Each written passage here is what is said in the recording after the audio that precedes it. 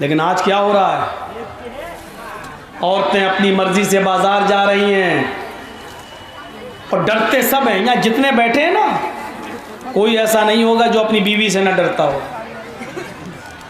एक बार मैंने तकरीर में बयान किया, मैं अपनी बीवी के साथ गया हुआ था कानपुर जलसे में, ले गया और मैंने तकरीर में एक मसला बयान कर दिया। मैंने कहा कि जिस औरत का शौहर अपनी बीवी को उसकी मर्जी के मुताबिक, उसके खर्चे के मुताबिक, उसके और उसके बच्चों के खर्चे के मुताबिक पूरा पूरा पैसा न देता हो, तो बीवी को इजाज़त है कि वो अपने शौहर को बताए बगैर उसकी तिजोरी में से, उसके जेब में से, उसकी अलमारी में से, उसको बताए बगैर उतना पैसा ले सकती है जितने में उसका, उसकी बीवी, उसका बच्चों का खर्चा चल जाए। शरीयत का मसला है, ले सकती है। मैंने मसला तो बता दिया, लेकिन रिएक्शन सबसे पहले मेरा ही हुआ। सुबह हो के शेरवानी की जेब में से 10,000 रुपये मेरे ही गायब हो गए। उस दिन से मैंने सोचा कि बीवी को ले जाऊंगा तो ये मसला नहीं बताऊंगा, और आज इसलिए बतला रहा हूं क्योंकि मेरी बीवी नहीं है। हंस रहे हैं आप, मसला मसले की जगह। तो मैंने उससे पूछा कि तूने क्यों निकाले? कहा आपने तो कल बताया था, हदीस सुनाई थी। मैंने कहा मैंने तो उनके लिए सुनाई थी जो खर्चा ना देते हो, मैं तो देता हूँ पूरा पूरा। बोली तो उंगली आपने पकड़ी है तो हमने दामन पकड़ लिया, उसमें क्या? तो नाजायज़ फ़ायदा तो सब उठाते हैं, ज़रूरत थी ले ली। तो मेरे भाइयों, औरतों के बारे में भी याद रखो। आजकल की औरतें अपने शौहर को पहली बात तो हल्के में लेती हैं और इसीलिए वो ऊपर चढ़ी रहती हैं। एक पीर साहब थे, उनकी बीवी उनको पीर ही नहीं मानती थी। वो कहते थे मैं पीर हूं, वो पीर है, तेरे जैसे 336 पीर रोज फिरते ना। एक बार उस औरत ने देखा कि आसमान पर कोई उड़ता हुआ जा रहा है, हवा में मुसल्ला बिछाए नमाज पढ़ रहा है, उड़ता हुआ जा रहा है। बीवी से कहा, शौहर आया घर में तो बीवी कहती अपने पीर बने फिरते हो। पीर तो वो था जो आज मैंने देखा। का क्या देखा? आसमान पे मुसल्ला बिछा है, हवा में एक पीर उड़ रहा है, नमाज पढ़ता हुआ जा रहा है, वो पीर था। एक पीर तुम बने फिरते हो। कहा बीवी तुमने देखा? कहाँ? अपनी आँख से देखा कि हाँ। अरे पागल वो मैं ही तो था। पीर बोला बे पागल वो मैं ही तो था। बीवी बोली अच्छा तुम थे? हाँ मुझे लगा। ए भैया ये लाल वाली लाइट क्यों मार रहे हो? मैं कोई लड़की थोड़ी हूँ यार। बड़ी डेंजर लाइट होती है ये, इसका नुकसान तुम्हें नहीं मालूम बेटा। अगर मालूम हो जाए तो जहर पी लोगे, लेकिन ये लाइट नहीं रखोगे अपने पास। आइंदा मत मारना मेरे ऊपर, और मारना हो तो बाहर बहुत टहल रही है उनके ऊपर मारो। मुझे मालूम है कि किसने मारी, जैसी हमारी नजर पड़ी उसने झुका लिया। तो कहा वो मैं ही तो था। बीवी बोली हाँ लगा मुझे। क्या आप थे? क्या क्यों? कहा मुझे लगा कि तुम थे, इसीलिए टेढ़े टेढ़े उड़ रहे थे ना। फिर कमी निकाल दी, शौहर में भी कमी निकाल, इसीलिए टेढ़े टेढ़े उड़ रहे थे। बीवी को बीवी का प्यार दो, घर नहीं बिगड़ेगा। लेकिन आज़ादी इतनी न दो कि सब्जी भी वही खरीदें, कपड़े भी वही खरीदें। कपड़ा आपका काम है बीवी को लाना। बीवी क्यों पहनेगी अपनी पसंद का कपड़ा? आप कपड़ा खरीदना अपनी बीवी के साथ जाइए, बोलो मेरी बीवी तुम बताओ मैं कौन सा कपड़ा पहनूं। बीवी को भी हक है कि वो अपने शौहर को अच्छा देखना चाहती है। अपना कपड़ा बीवी की पसंद से खरीदो और बीवी का कपड़ा अपनी पसंद से खरीदो, यह है सच्ची मोहब्बत। मौलाना चाहे कितना महंगा कपड़ा खरीद के लाओ, मेरे सामने पहनती नहीं, शादी में पहन के जाती है। ये औरतों की आदत होती है। घर में रहेंगी भंगन बनकर, शादियों में जाएंगी हेमा मालिनी की अम्मा बनकर। लिपस्टिक, जिस कलर का कपड़ा उसी कलर की लिपस्टिक। ऐसा लगता है जैसे अपने आदमी का खून चूस के आई है। देखते ना लाल होठ, नाखून देखो बड़े बड़े, लगता है लड़ाई होगी तो शौहर को नोचेगी। ये 40 दिन से ज्यादा अगर नाखून आपके बढ़ गए, जेरे नाफ शर्मगाह के बाल अगर आपने 40 दिन के अंदर अंदर साफ नहीं किए, ये एक मुद्दत है। वरना हर हफ्ते साफ करना चाहिए। जुमे के दिन जब आप गुस्ल करें तो गुस्ल करने से पहले आप नाखून वगैरह साफ कर लें, जेर नाफ, बगल के बाल वगैरह साफ कर लें। लेकिन ज़्यादा से ज़्यादा लिमिट इसकी बताई 40 दिन के अंदर अंदर साफ। 40 दिन के बाद अगर ये बढ़ते रहे तो आपकी एक भी नमाज कबूल नहीं, एक भी रोज़ा कबूल नहीं। आपने इस हाल में हज किया तो हज कबूल नहीं, आपकी कोई नफली और फर्ज इबादत कबूल नहीं। मेरे भाइयों, तसव्वुर करो कि ये कितना बड़ा। अब उनके नाखून देखो, बढ़ रहे हैं। नाखून देख के लगता है कि ट्रेनिंग ले रही है, लड़ाई हुई गए, जहर होता है और लग भी जाता है धोखे से, और गलाजत उसके अंदर भरी पड़ी होती है। तो बीवियों की इज्जत भी करो। अल्लाह के रसूल सल्लल्लाहु अलैहि वसल्लम के पास एक बार नाराज़ हो गई हज़रत आयशा अल्लाह के नबी से। तो अल्लाह के नबी अपनी बीवी, थोड़ी देर तो नाराज़ रहे, कोई बात नहीं, लेकिन खजूर आ गए कुछ। अब देखिए नबी शौहर की मोहब्बत, मैं अकेले कैसे खा लूँ, मेरी बीवी ने भी कुछ नहीं खाया। लेकिन आप चाह रहे थे कि वो मनाएं, सोचा कि वो इतनी जल्दी नहीं मनाएगी और भूख बर्दाश्त नहीं हो रही है, मैं तो कर लूँ लेकिन मैं अपनी बीवी को क्यों भूखा रखूँ। हाय हाय, हमदर्दी देखो। इमाम अहमद अपनी मुस्नद में नकल करते हैं, अल्लाह के रसूल उनके पास गए, खजूर लेकर गए जहाँ बैठी थी आयशा, गुस्सा थोको, लो खजूर। अब औरत की फितरत भी समझो, औरत की फितरत भी समझो। जैसी देखा खजूर सामने, मुझे भूख नहीं लग रही है, मुंह घुमा लिया इधर। अल्लाह के रसूल सल्लल्लाहु अलैहि वसल्लम समझ गए गुस्सा है। आप उठे वहाँ से और जहाँ उनका चेहरा था उधर आ गए, उठ कर आए। हम जैसे जाहिल लोग होते तो क्या करते, ईमानदारी के साथ बताओ, ए खा ले, ले चल खा, देख मनाना तुझे चाहिए, मैं मनाने आ गया, देख ले, चल खा। अब वो क्या कह दे, है मुझे भूख नहीं लग रही, जाओ। तो आप उधर घूम के नहीं आएंगे, होंठ पकड़ के गला, खा रही कि नहीं खा रही, ले खा ले, नहीं तो खा जाएंगे हम, भूखी मरेगी तू, खा ले। सीखो। अल्लाह के रसूल उठे और उधर गए, आयशा खाओ। मैंने कहा ना कि मुझे भूख नहीं लग रही है, फिर उन्होंने चेहरा इधर कर लिया। अल्लाह के रसूल वहाँ से उठकर फिर तीसरी तरफ आए, तीसरी जगह, तीसरी मर्तबा, आयशा ज़्यादा नहीं, चलो कुली बिस्मिल्लाह, गुस्सा थूको और अल्लाह का नाम लेकर शुरू करो, चलो खाओ। हज़रत आयशा भी जानती थी ज़्यादा नहीं कहलवाना चाहिए, शौहर शौहर होता है, उन्होंने भी ज़िद नहीं की लेकिन मजाक कर दिया।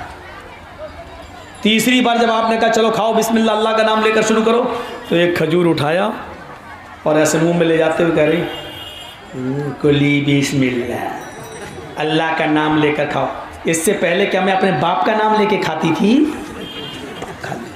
मियाँ बीवी का प्यार, ये कैसी खुशगवार ज़िंदगी थी। यहाँ तो आदमी थका मारा आया, सुबह ऑफिस में गया, शाम को आया, सोचा बीवी को अच्छे कपड़ों में देखेंगे, अच्छे लिबास में देखेंगे, अच्छी खुशबू में देखेंगे। घर में घुसा तो वो किचन में बैठी है, एक सलवार का पांचा इधर जा रहा, मिट्टी धूदल चेहरे में भरी पड़ी है, मुंह उसका मनहूस सा हो रहा है, बाल बिखरे पड़े हैं। उसने देखा स्वागत करेगी, वो तो मनहूस चेहरा देखा तो कम वक्त चला चला चला। अब वो तुझे गले से लगाएगा, प्यार करेगा। मेरी माँ बहनों, शौहर के मिजाज को तुम्हें समझना होगा। और मेरे भाइयों, औरत को कितनी आज़ादी दो ये तुम्हें समझना होगा। रामचंद्र जी की पत्नी सीता भी नहीं बच सकी, इल्जाम से हजरत आयशा सिद्दीका मोहम्मद की अपनी बीवी इल्जाम से नहीं बच सकी। हम अपनी बीवियों पर भरोसे कैसे कर लेते हैं? घरों का हाल यह है कि एक मेरी बेटी एक सहेली के साथ आती है और कहती है अब्बू पापा मैं इस सहेली के साथ उसके घर जा रही हूँ। बाप ने देखा कि हाँ उसकी सहेली है, जाओ बेटा। अब ये आपकी बेटी उस सहेली के घर जाती है, अब उसकी बेटी अपने बाप से कहती है पापा मैं इस सहेली के घर जा रही हूँ। उसके पापा ने देखा कि हाँ ठीक है, जाओ बेटा उसके घर जाओ। अब दोनों बाप ये समझ रहे हैं कि मेरी बेटी उसके घर, उसका बाप समझ रहा मेरी बेटी इसके घर। यहाँ दोनों सहेलियाँ कहती हैं तू अपने बॉयफ्रेंड के साथ जा, मैं अपने बॉयफ्रेंड के साथ जा रही हूँ। ये है दोनों की सेटिंग। ये मुआशरे का वो जीता जागता हाल है जिसकी अक्कासी मैं कर रहा हूँ। आप भरोसा कर रहे हैं? आपने वो वाकया सुना, वो वाकया कि एक आदमी को अपनी बीवी के ऊपर बड़ा शक हो गया था। ऑफिस जाता था, शाम को आता था, उसको शक हो गया कि मेरी बीवी मेरी गैर मौजूदगी में किसी से मिलती है। तो एक दिन उसने अपनी बीवी से कहा कि मुझे शक है कि तुम मेरी गैर मौजूदगी में किसी से मिलती हो। उसने कहा कैसी बात कर रहे हैं आप, शर्म आनी चाहिए आपको, अपनी बीवी पर लांछन। कहा नहीं, तुम किसी से नहीं मिलती हो? कहा नहीं। तो चलो इस पहाड़ के ऊपर, उसके ऊपर एक मंदिर है, उस मंदिर में एक देवी है। देवी की मूर्ति पर हाथ रखकर कसम खाओ कि मैं आपकी गैर मौजूदगी में किसी से नहीं मिलती हूं। अच्छा, उस देवी के बारे में अकीदा यह था कि अगर झूठी कोई कसम खाता था उसका पूरा खानदान मर जाएगा। तो अब ये कसम कैसे खाए? उसका अकीदा था कि मर जाए। तो उसने कहा देखिए आज मैंने घर में बहुत काम किया है, आपको सबूत ही चाहिए ना देवी की कसम, तो ऐसा करिए कल चलेंगे, आज छोड़ दीजिए। कहा ठीक है, मैं जा रहा हूँ ऑफिस, तो मैं कल देवी पर हाथ रखकर कसम खाना पड़ेगी। उसने कहा ठीक है। ये चला गया ऑफिस और ये चली गई उसी आदमी के पास जिससे इसका कॉन्टेक्ट था। उससे कहने लगी हमारी चोरी पकड़ी गई, अब कसम तो खाना ही पड़ेगी। ऐसा करो, मैं नहीं चाहती हूँ कि झूठी कसम खाऊं। तो कहा अब क्या हो? ऐसा करो कि कल पहाड़ी के नीचे अपना गधा लेके आ जाना, और मैं ये कहूँगी पहाड़ी बहुत ऊपर है, आप इस गधे को किराए पे कर लीजिए और गधे वाला मुझे वहाँ तक ले जाएगा, बाकी मामला मैं संभाल लूँगी। उसका बॉयफ्रेंड दूसरे दिन गधा लेकर पहुँच गया। इसका आदमी इसको लेके जा रहा है पहाड़ी पर। पहाड़ी के नीचे ही गधा वाला खड़ा था। कहने लगी इतनी ऊपर पहाड़ी पर मैं कैसे चढ़ूँगी? सब लोग जाते हैं सवारी से, क्या आप मेरे लिए इस गधे को किराए पर नहीं कर सकते हैं? इसको उजरत दे देना, किराया दे देना। उसने कहा क्यों नहीं। गधे वाले से बात की, वो तो कम में भी तैयार हो गया, उसको तो ले जाना था, न भी मिलता तब भी। कहा बैठो बैठो। वो साड़ी पहनकर गई जानबूझकर, और गधे वाला गधा लेके चलने लगा और ये गधे पे बैठी हुई है। और जैसी पहाड़ी पे पूरी चढ़ी और देवी की आने वाली हुई मूर्ति, वैसे ही ये गधे से जानबूझकर गिर गई। ये औरत गधे से जानबूझकर गिर गई और गिरते हुए इसने अपनी साड़ी पूरी यहाँ तक उठा ली, ऐसे शर्मगाह पूरी खोल दी, अंदर कुछ भी नहीं पहने थी। साड़ी लेके ऐसे उठा के गिरा के ऐसे गिर गई, आ मैं मरी, और पूरी शर्मगाह उसकी खुल गई। उसका शौहर जल्दी से आया है, साड़ी उस शौहर ने नीचे की, उसके पति ने है गधे वाले मारेंगे थप्पड़ कमीना, देख के नहीं चलता है। उसने कहा सॉरी भाई गलती हो गई, मैं क्या करूं, ये सही से बैठी हुई नहीं थी। बस उसको इतना ही करना था। इसने देवी पर हाथ रखकर कसम खा ली कि मैं इस देवी माँ पर हाथ रखकर कसम खाती हूँ कि मेरी शर्मगाह को आपके और इस गधे वाले के अलावा किसी ने नहीं देखा आज तक।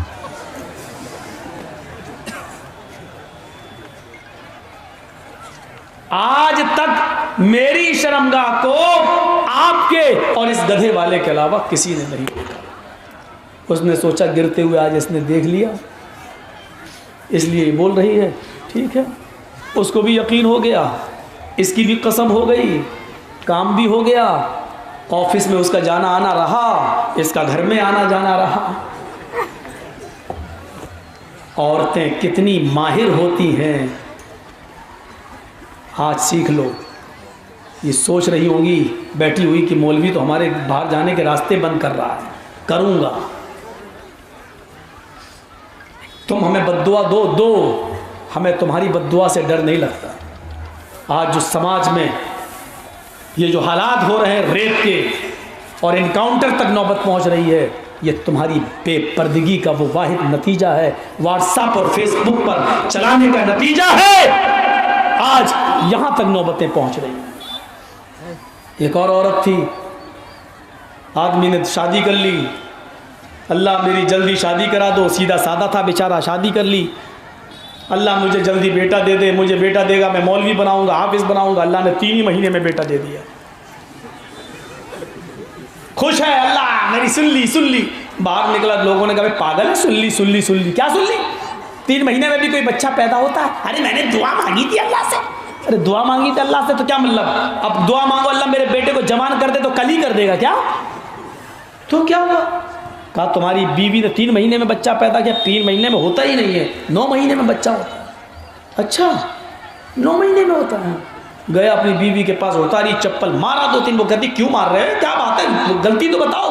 क्या गलती है कि बच्चा 9 महीने में होता, तूने 3 महीने में क्यों पैदा किया? तू बच्चा लगे। उसने कहा अल्लाह तूने मुझे कैसा आदमी दे दिया, ये तो हिसाब जोड़ना भी नहीं आता है, इसको तो मैथ ही नहीं आती है, ये 9 महीने को 3 महीना बोल रहा है। वो कहता 9 महीने में हुआ है? तो बीवी कह रही 9 महीने में, गांव वाले कह रहे हैं, मोहल्ले वाले 3 महीने में। अल्लाह मैं किसकी मानूं? बीवी बोलती तो हिसाब क्यों नहीं जोड़ लेते हो?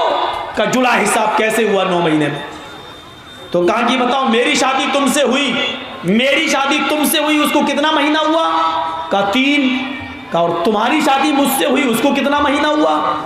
का 3। का 3 महीना मेरी शादी का, 3 महीना तुम्हारी शादी का, 3 कितना हुआ? का 6। का बच्चा कितने महीने के बाद हुआ? का 3। का 6 और 3 कितना हुआ? का 9। का देखो हुआ ना 9 महीने के बाद बच्चा। आदमी कहता हाँ यार बात तो ठीक है, 3 महीना मेरी शादी का, 3 तेरी शादी का, 3 6, 3 महीने बाद बच्चा 9। अरे मरने दो कमीनों को, अल्लाह ने जल्दी दे दिया इसलिए कर रहे हैं। मरने तो नहीं बीवी, तुम ठीक हो, रखो फिर ऐसी बीवी। आज़ादी दोगे और तो यही सब दिन देखना पड़ेंगे। यही सब दिन आपकी बीवियां भी आपको पहाड़े पढ़ाएंगी। जा रही सहेली के पास, ये पता लगाओ सहेली के पास जा रही है कि सहेला के पास जा रही है, ये पता आप लगाओ अपनी बेटियों पर। ओफो आ गया यार। तसव्वुर करो हजरत मरियम जिन्होंने आगे चलकर बगैर शौहर के ईसा को पैदा किया। ये मरियम मस्जिद के मेहराब में बैठी हुई, ज़करिया इनकी किफालत कर रहे हैं, इनकी परवरिश कर रहे हैं। और कहां बड़ी हुई? मस्जिद के मेहराब के अंदर। हजरत ज़करिया एक दिन मरियम से मिलने मेहराब में आते हैं, मस्जिद के अंदर आते हैं, तो मरियम के पास ऐसे फल देके जिसका मौसम नहीं है। भाई सेब का मौसम में सेब आता है, हर चीज का एक मौसम होता है। आम के मौसम में आम का मौसम नहीं। हजरत ज़करिया देख रहे हैं कि इस फल का तो मौसम नहीं है, लेकिन मरियम के पास ये फल आ गए हैं। फौरन गिलास ले ली, अन्ना लके हाजा, आए मरियम यहां कौन आता है कौन जाता है, ये तेरे पास फल कहां से आए? आए मरियम इस फल का मौसम नहीं है, बेमौसम फल तेरे पास कौन ला रहा है, ये किसने दिए? मेरे कौम के जवानों सुनो, 80-80 साल के बुजुर्गों सुनो, जिनके पास 1 बेटी 2 बेटी 3 बेटी 4 बेटी 5 बेटी 6 बेटियां, सुनो, जिनके घरों में बेटियां और अगर तुम उनके बाप हो तो सुनो, उस औरत से सवाल किया जा रहा है जिसकी पाक दामनी का ऐलान अल्लाह ताला ने आपसे किया है, जिसके पाक और साफ होने का ऐलान अल्लाह ने किया है। सूरह मरियम के अंदर अल्लाह ने मरियम को पाक साफ करार दिया, लेकिन ऐसी नेक औरत से भी पूछताछ हो रही है। ऐसी नेक और शरीफ औरत से भी उसका सरपरस्त, उसका गार्जियन सवाल कर रहा है, ये बेमौसम फल तेरे पास कहां से आए? तुम अपनी बेटी से सवाल कर सकते हो, मैंने तो तुझे मोबाइल नहीं दिलाया, ये तेरे पास एंड्रॉइड मोबाइल कहां से आया? मैंने तो इसमें 399 का जो अब 444 का हो चुका है, ये रिचार्ज कूपन मैंने नहीं डलवाया था, ये तेरे मोबाइल में कहां से आया है? मेरे और तेरे भाइयों के नंबर मोबाइल में थे, ये राकेश सुरेश, ये अमजद, ये अकरम, ये शमशुद्दीन, ये इकरामुद्दीन, इनके नंबर तेरे मोबाइल में कहां से आए? ये व्हाट्सएप तो मैंने लोड करके नहीं दिया, तू व्हाट्सएप चलाती है, किससे बातें करती है? फेसबुक पर अपनी आईडी बनाई हुई है, ये किससे बातें करती है? मेरे भाइयों, ये आपकी बाप होने की हैसियत से जिम्मेदारी बनती है। कभी आपने अपनी बेटी की क्लास ली? तुम घर से 3 किताबें लेके निकली थी, घर में वापस आई हो तो ये किताब तुमने किससे ली है? पापा काम छूट गया था स्कूल का। ठीक है, काम करो, लेकिन ये तुमने किससे ली है? अपने एक दोस्त से ले ली। किसी लड़की से क्यों नहीं ली? दोस्त ही की किताब क्यों ली है? लड़के ही से क्यों मांगी है? ये सवाल आपको कभी किया है आपने अपनी बेटियों से? सुनो, तुम्हारी बेटियां तुम्हारे लिए कितने भी भरोसे के लायक हो, लेकिन हजरत मरियम से ज्यादा पाक दामन नहीं। जब मरियम की क्लास ली जा सकती है तो हम अपनी बेटियों की क्लास क्यों न ले? मरियम की आंखों में आंसू आ गए, अपने गार्जियन से बोलती है, आपका ये सवाल कि ये नेमतें कहां से आई? क़ालत हुवा मिन इंदिल्लाह। आए मेरे गार्जियन, में आप ही की बेटी हूं, आप ही की सरपरस्ती में पली हूं, आपके संस्कार मुझे मिले, आपके नेक स्वभाव में मैं रही हूं, मैं गलत कदम नहीं उठा सकती। आए ज़करिया, आए मेरे गार्जियन, ये सारी नेमतें मेरे पास अल्लाह के पास से आई है, गैब से आई है, जन्नत से आई है, कोई फरिश्ता लाया है, किसी ने हमें दी नहीं है। मैं आपका मुंह कभी काला नहीं होने दूंगी। ये मरियम जवाब दे रही हैं। क्या आपकी बेटियां ये जवाब दे सकती हैं आपको कि अब्बू या पापा, मैं आपका मुंह काला नहीं होने दूंगी, शर्मिंदगी आपको नहीं होने दूंगी? हमारी बेटियों के पास ये जवाब नहीं है। ये हिसाब किताब हमें खुद करना है। अपनी बेटियों की जिम्मेदारी, ये बाहर टहल रही हैं, टहल कैसे रही हैं? आपका यहाँ बैठना मौलाना जर्जीस के जबान से निकलने वाली कुरान और हदीस का सुनना यहाँ इतना जरूरी नहीं था जितना जरूरी आपका यह था कि आपकी बहन, आपकी बेटी जलेबी कैसे खरीद रही है, चूड़ी कैसे खरीद रही है। आपका जरूरी यह था कि आप अपनी बेटी को पकड़ के लाते और जलसेगाह में औरतों के पिंडा में बिठाते और बाहर नहीं घूमने देते, आपको सवाब मिलता। जर्जीस की तकरीर सुन ली और बेटी आपकी घूमती रही, आपकी नेकी आपके मुंह पे मार दी गई है और बेटी के घूमने का अजाब आपके मुंह पर, आपके ऊपर और डाल दिया गया है। यह एहसास है आपको? मौलाना बड़ी सख्त तकरीर हो रही है, होगी सख्त। होम्योपैथिक दवा से अब इलाज नहीं हो रहा, ऑपरेशन करना पड़ रहा है, मुझे करना पड़ रहा है। सीता जी ने को भगा के ले गया रावण है, तो सीता जी का चेहरा उनके छोटे भाई राम ने, लक्ष्मण ने नहीं देखा था। नथुनी मिली, कहा मैं नहीं पहचानता, मेरी भाभी सीता नाक में पहनती थी, मैंने आज तक अपनी भाभी का चेहरा नहीं देखा। भाभी का, हिंदू धर्म में भी देवर और भाभी का पर्दा है। अल्लाह के रसूल के पास एक औरत आई और सुनो, नबी के पास एक औरत आई और आकर कहती है, अल्लाह के रसूल मैं मस्जिद में नमाज पढ़ने जाती हूँ, सुन लो। ऐसा वाक़या शायद आपने न सुना हो, सुन लो। आज तुम्हें पर्दा बताऊं, औरत का पर्दा इस्लाम में क्या है। एक औरत अल्लाह के रसूल से कहती है, अल्लाह के रसूल मैं मस्जिद में नमाज पढ़ने जाती हूँ। आपने कहा जा सकती हो।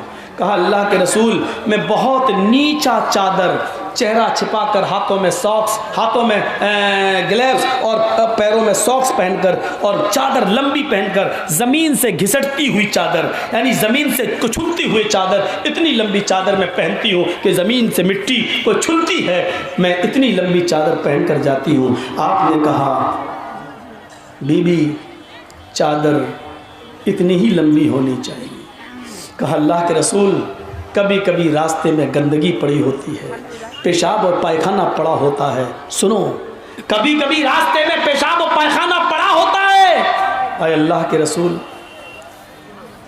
क्या मैं पेशाब और पायखाने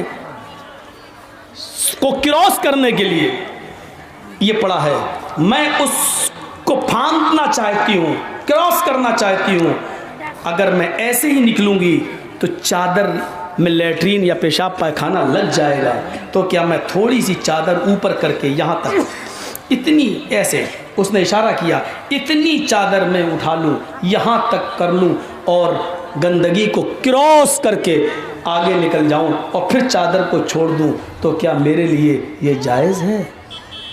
अल्लाह के रसूल ने कहा तुम चादर क्यों उठाओगी, ज़मीन पर लग रही है, लगने दो, तुम दाएं से निकल जाओ, तुम थोड़ा सा बाएं हो जाओ, पूरी सड़क चौड़ी होती है। कहा अल्लाह के रसूल गलियों से गुजरना पड़ता है, गलियां तंग होती हैं, और दाएं से गुजरूं तो इधर मर्द बैठे होते हैं, बाएं से अगर गुजरूं तो उधर भी मर्द बैठे हुए होते हैं, मैं नहीं चाहती हूं कि मर्दों के पास से गुजरूं, मैं उसी लैट्रीन उसी गंदगी को क्रॉस करके आगे बढ़ सकती हूं, लेकिन चादर को थोड़ा सा उठा लूं तो। आपने कहा बीबी अगर दाएं मर्द बैठे हों और बाएं भी मर्द हों तो तुम उसी लैट्रीन के ऊपर से गुजर जाओ और चादर को मत उठाओ। अरे गंदगी पड़ी है लेकिन चादर को उठाने की इजाज़त नहीं। उसने कहा अल्लाह के रसूल अगर चादर नहीं उठाऊंगी तो पेशाब व पायखाना उस चादर में लग जाएगा। अल्लाह के नबी फरमाते मेरी, आपने फरमाया बीबी मोहतरमा खातून, अय अल्लाह की बंदी, पेशाब व पायखाना तेरी चादर में लग जाता है तो लग जाने दे, अगर लग जाए तो लग जाने दे। कहने लगी अल्लाह के नबी मैं उसी चादर को ओढ़कर मस्जिद में नमाज पढ़ती हूँ, मैं मस्जिद में जाकर भी उस चादर को उतारती नहीं हूँ, मैं उसी चादर में नमाज पढ़ती हूँ। अगर पेशाब व पायखाना उस चादर में लग जाएगा तो वो चादर गंदी नापाक हो जाएगी, फिर मैं उस चादर को ओढ़कर नमाज कैसे पढ़ूंगी। अल्लाह के नबी फरमाते बीबी तेरी चादर नापाक नहीं होगी, बीबी तेरी चादर नापाक नहीं होगी। उसने कहा अल्लाह के रसूल गंदगी लग जाती है और आप कह रहे हैं नापाक नहीं होगी। फरमाया बीबी इसलिए नापाक नहीं होगी कि जब तू उस चादर के ऊपर से गुजरे, उस चादर को पहनकर गुजरेगी और लैट्रीन के ऊपर से गुजरेगी तो लैट्रीन तेरी चादर को गंदा जरूर करेगी, खराब करेगी, लेकिन चादर तो जमीन ही पर पड़ी हुई है। जब वो तू आगे बढ़ेगी तो जमीन पर पड़ी हुई पाक मिट्टी से रगड़ रगड़ कर वो लैट्रीन हट जाएगी और जमीन पर पड़ी हुई पाक मिट्टी तेरी चादर को पाक कर देगी। तुम उसी चादर को ओढ़कर नमाज पढ़ लेना, लेकिन चादर को टखनों के बराबर भी मत उठाना। इस हदीस की रोशनी में हम अपने समाज का जायजा लें, हम अपनी औरतों के पर्दे का जायज़ा लें, अपनी बेटियों के पर्दे का जायज़ा लें और फिर सोचें कि क्या है। मेरे प्यारे साथियों मुझे बोलते हुए मुकम्मल 2 घंटे हो चुके हैं। मेरे भाइयों मैंने आपके सामने दिल